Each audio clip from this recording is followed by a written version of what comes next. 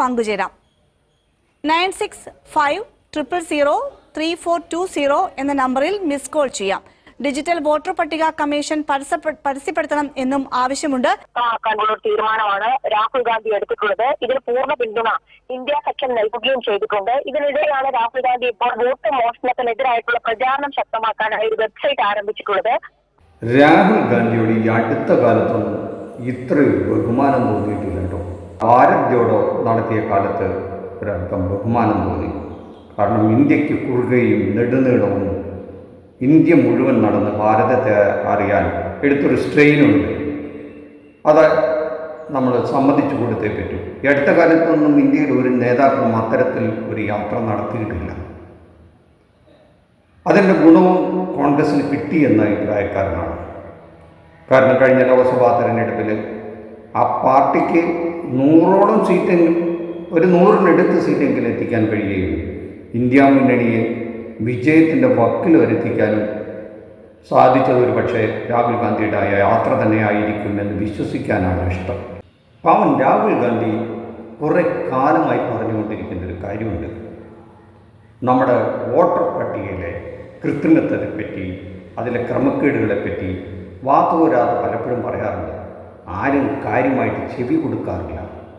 ആ പാർട്ടി തന്നെ അത് ഗൗരവത്തിൽ എടുത്തിരുന്നില്ല എന്നതാണ്. കാരണം വോട്ടർ പട്ടികയിൽ ഈ ഒരു 21ാം നൂറ്റാണ്ടിൽ, അതും 2025 വ്യാപകമായ ഒരു ക്രമക്കേട് നടത്താൻ മാത്രം നമ്മുടെ നാട് അത്രമാത്രം ജനാധിപത്യത്തിൻ്റെ ശ്രീകോവിൽ വളരെ മോശമാണോ എന്ന് സംശയിക്കാൻ ഒരു തക്ക കാരണവും നമ്മൾ കണ്ടിരുന്നില്ല എന്നാണ് സത്യം. BJP അടുത്ത കാലത്ത് ജയിച്ച പല തെരഞ്ഞെടുപ്പുകളും, ലോക്സഭാ തെരഞ്ഞെടുപ്പടക്കം ഈ വിധത്തിൽ നേടിയ വിജയങ്ങളാണെന്ന് രാഹുൽ ഗാന്ധി പലപ്പോഴും പറഞ്ഞിട്ടുണ്ട്. അങ്ങനെയൊന്നും സാധ്യമല്ല എന്നാണ്. കാരണം എല്ലാവരും ഒരു പുച്ഛത്തോടെയാണ് അത് കണ്ടത്. അത്തരം ഒരു ആരോപണത്തെ വിലക്കെടുത്തില്ല. BJP പ്രത്യേകിച്ചും എടുത്തില്ല. BJP ഒക്കെ കളിയാക്കിക്കൊണ്ടിരുന്നു. തെരഞ്ഞെടുപ്പ് നടത്തുന്ന തെരഞ്ഞെടുപ്പ് കമ്മീഷനും ചില നീതിന്യായ കോടതികൾ വരെ അത്തരത്തിലൊരു സാധ്യതയെ അത്തരത്തിലൊരു സാധ്യത തള്ളിക്കളയുകയാണ് ചെയ്തത്. എന്ന് മാത്രമല്ല, BJP രാഹുൽ ഗാന്ധിയൊക്കെ പഴയ കാലത്ത് തന്നെ നമുക്കറിയാം എന്താണ് വിളിച്ച് കളിയാക്കിയിരുന്നത്. അത്തരത്തിൽ ആ പേര് വിളിച്ചിരുന്നില്ലെങ്കിലും ആ രീതിയിൽ രാഹുൽ ഗാന്ധിയെ കളിയാക്കിക്കൊണ്ടിരുന്നു. എന്തിന്? ഇന്ത്യ മുന്നണിയിൽ തന്നെ പല കക്ഷികളും ഈ രാഹുൽ ഗാന്ധിയുടെ ഈ ആരോപണത്തിന് വേണ്ടത്ര മുഖവിലേക്ക് എടുത്തിരുന്നില്ല എന്നുള്ളതാണ് സത്യം.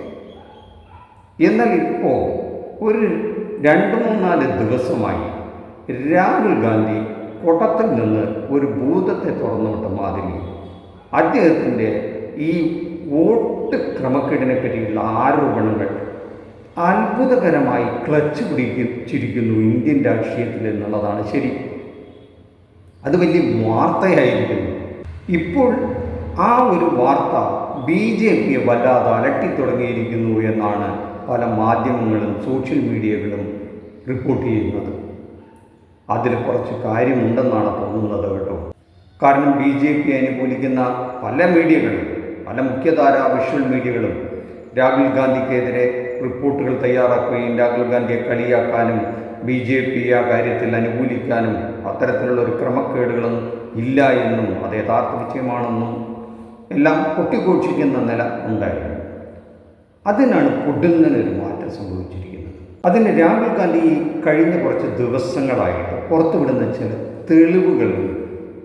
ഒരൊറ്റ മുറിയിൽ 100 കണക്കിന് വോട്ടർമാർ, ചില ഫ്ലാറ്റുകൾ കേന്ദ്രീകരിച്ച് വൻതോതിലുള്ള വോട്ട് വർധന, ഒരു തെരഞ്ഞെടുപ്പിൻ്റെ വാതിൽപ്പടിയിൽ നിൽക്കുമ്പോൾ വൻതോതിലുള്ള വോട്ട് ചേർക്കൽ, 90 വയസ്സിന് മുകളിലുള്ള ആദ്യമായി വോട്ട് ചെയ്യുന്ന കന്നി വോട്ടർമാരുടെ ക്രമക്കേട് എന്ന് പറഞ്ഞാൽ ജീവിതത്തിൽ ഇതുവരെ വോട്ട് ചെയ്തിട്ടില്ല, അവർക്ക് 90 വയസ്സിന് മേലായി, അവരെയൊക്കെ കന്നി വോട്ടർമാരായി ചേർത്തു എന്നും ഒരു വാർത്തയിൽ കണ്ടു. അങ്ങനെയൊക്കെയാണ് സംഭവിച്ചിരിക്കുന്നെങ്കിൽ ഇന്ത്യൻ ജനാധിപത്യത്തിന് എന്തോ ഒരു കുഴപ്പം സംഭവിച്ചിരിക്കുന്നു എന്ന് തന്നെയാണ് അതിനർത്ഥം. അത് രാഹുൽ ഗാന്ധി പുറത്തുവിട്ടെങ്കിൽ ആ ഭൂതം ആരെയൊക്കെ കൊണ്ടുപോകും എന്നുള്ളത് നമുക്ക് വരും ദിവസങ്ങളറിയാം. അത് രാഹുൽ ഗാന്ധി ഈ പരാതി പറഞ്ഞ് മടുത്ത് അവസാനം രാഹുൽ ഗാന്ധി ജനങ്ങളുടെ സപ്പോർട്ട് ചോദിച്ച് പുറത്തിറങ്ങിക്കൊണ്ട് അദ്ദേഹം ഒരു വെബ്സൈറ്റ് തന്നെ തുടങ്ങിയിരിക്കുന്നു. നമുക്കങ്ങനെ എന്തെങ്കിലും പരാതികളുണ്ടെങ്കിൽ, ഈ നാട്ടിലെ ജനങ്ങൾക്ക് ഏതെങ്കിലും തരത്തിലുള്ള വോട്ടർ പട്ടികയിലെ ക്രമക്കേടുകളുമായിട്ടുള്ള എന്തെങ്കിലും തെളിവുകളുണ്ടെങ്കിൽ ആ വെബ്സൈറ്റിൽ പോസ്റ്റ് ചെയ്യാം, തെളിവുകളടക്കം പോസ്റ്റ് ചെയ്യാം.